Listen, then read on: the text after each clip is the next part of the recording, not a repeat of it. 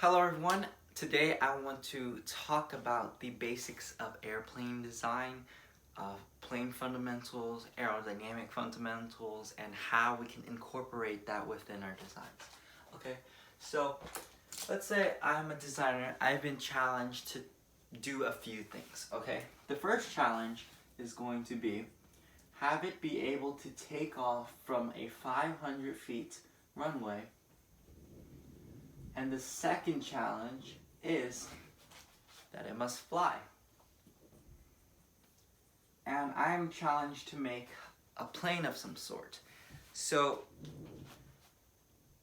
you have all these types of planes. You have commercial airliners, you have jets, you have paper airplanes, and you can even design them to have in some ways some aerodynamical factors, and having paper airplanes is a great way to access the levels of aerodynamics you might find in an actual airplane, maybe in like a Cessna 172 or as far into a Boeing 787.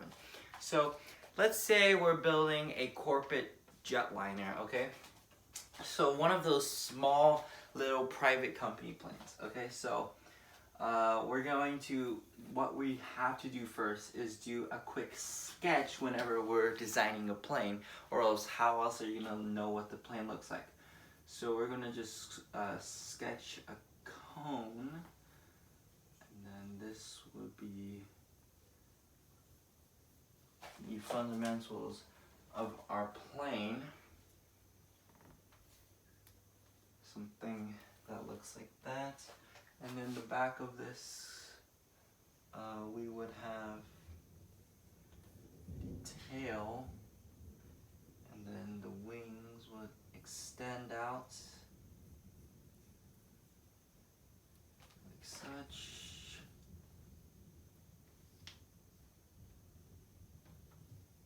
Okay, actually I should make this more curved in like such, and then we would maybe have an engine or two back here. So this would be our engine, and we will talk a little bit about engine performance.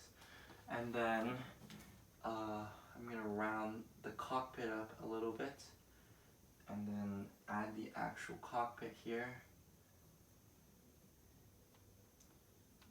Finish up that sketch. And then we probably want to have a door here, so we'll have something like that, and modern day windows. Okay, and then I'm just going to flex this wing back just a tiny bit to make it more aerodynamic, and we'll talk about wing shape and how it works in conjunction with the plane in general. Okay, so that is the basics of our plane. We also need to have our horizontal stabilizer on our empennage, and we'll talk about kind of how the plane works from that way. So that is a basic example of what a plane might look like. Now, let's talk about the wings. So the wings are a very special example of a design and a few different scenarios we can reintroduce, and some scientific terms that are going to be super useful as we get into kind of the aerodynamics and the qualities of flight and how it works. Okay, so in basic flight, we have four principles, and we call these principles thrust. And let's talk about each of these principles. We call the four principles thrust, which is the propelling force that brings it towards wherever it's going, the direction it's flying in. We're going to call that A. That's thrust. The second principle we want to call is drag, and what that is this kind of vector, we're going to call this B.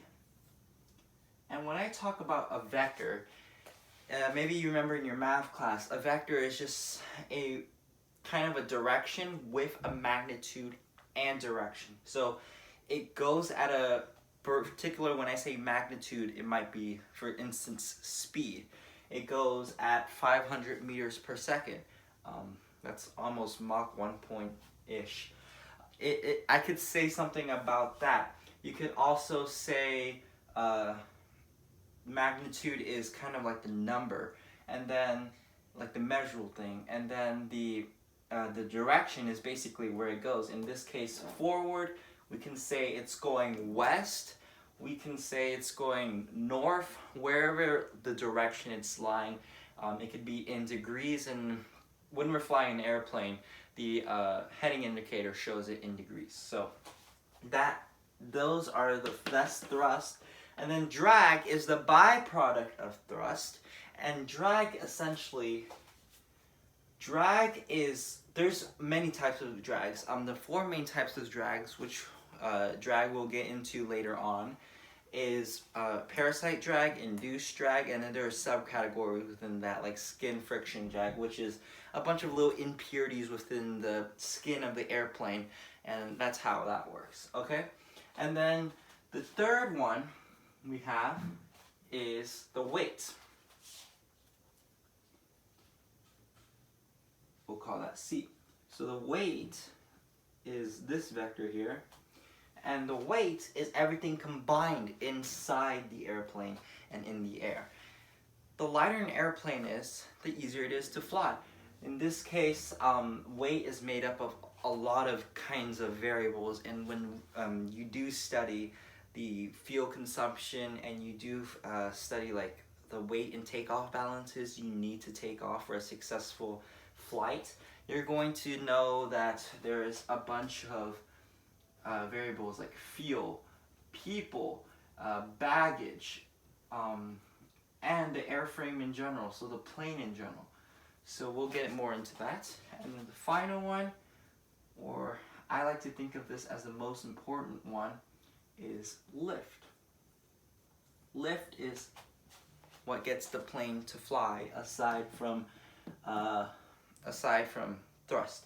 So what I like to call thrust and lift, and what I like to call drag and weight. Drag and weight are essentially byproducts of the creation of thrust and lift, okay? Because we have thrust, we have drag. Because we have lift, we have a way down by gravity. And let me make a side note here. Gravity on Earth, which is this symbol, is 9.81 meters per second. Or I should say approximately 9.81.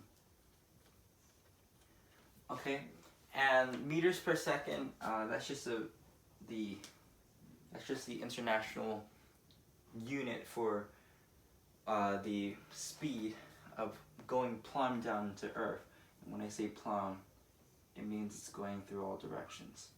If we didn't have gravity, we don't need a plane. We can fly whenever we want. Because we have thrust and lift, we can fly in the space of air we have around us. So 9.81. There's different types of units in aviation. You might hear knots, nautical miles, statute miles. We'll get into those. So those are what pilots call the four forces of flight, okay? Now, if we are in an airplane and we are, let's say, in a space, in a three-dimensional space, and our airplane is on the 0, 0, and now let's pretend all of these are vectors and they're equal to each other. That means, if these are all equal to each other, that means the plane is in equilibrium, or we'd like to call this straight and steady flight. This is what happens when a plane is at cruise. You're not adding any more extra power. You're not reducing any extra power. You're not pulling back on the elevator controls to go up. You're not pushing down on the elevator controls to go back. This is equilibrium. Perhaps when all the vectors are equal to each other and there is no difference in each of the vectors, okay? Now, another term we have is unaccelerated flight. Unaccelerated flight. So accelerated means a changing of velocities, and then unaccelerated flight means that the airplane is maintaining a constant speed. A constant speed. So what does that mean? The thrust, or A, that vector is not moving at all, and it is neither accelerating or decelerating. So given that, I also want to talk about acceleration. You should know the definition of that, and I'll just give you a vague definition. So one, you don't have to quote-unquote memorize. It's just a formula. That's Vf minus Vi equals T, and that equals acceleration. So let me just quickly explain this. Acceleration is the changing of velocities. The changing of velocities.